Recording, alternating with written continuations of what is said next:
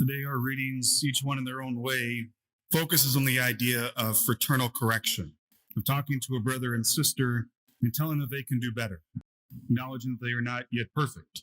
This is a very important thing for us to live out in our faith, something very contrary to what the world tells us that we're supposed to do as Christians.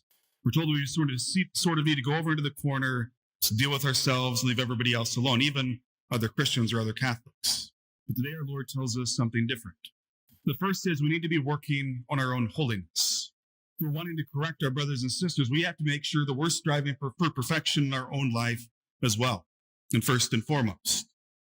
Once we work on our own individual holiness, we need to do it with the people around us as well.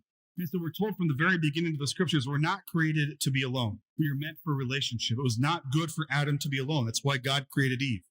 At the end of our gospel today, Jesus talks about 2 or 3 being gathered together in his name and God being in our midst in that moment. We're made to walk through this life with others, to grow in holiness with others. So we need to have people in our life that we speak about the faith with. First and foremost is hopefully in our households, in our families. If not them, then our close friends. And once we establish those good friendships, those good relationships, then we can call each other to a higher way of living. Because if we notice our brother is sinning, we could say, cut it out, stop it, do better. And sometimes we don't want to do this, but we can lose sight of that first reading.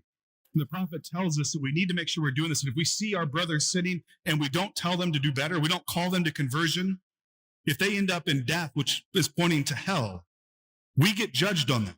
That's at least partially our fault.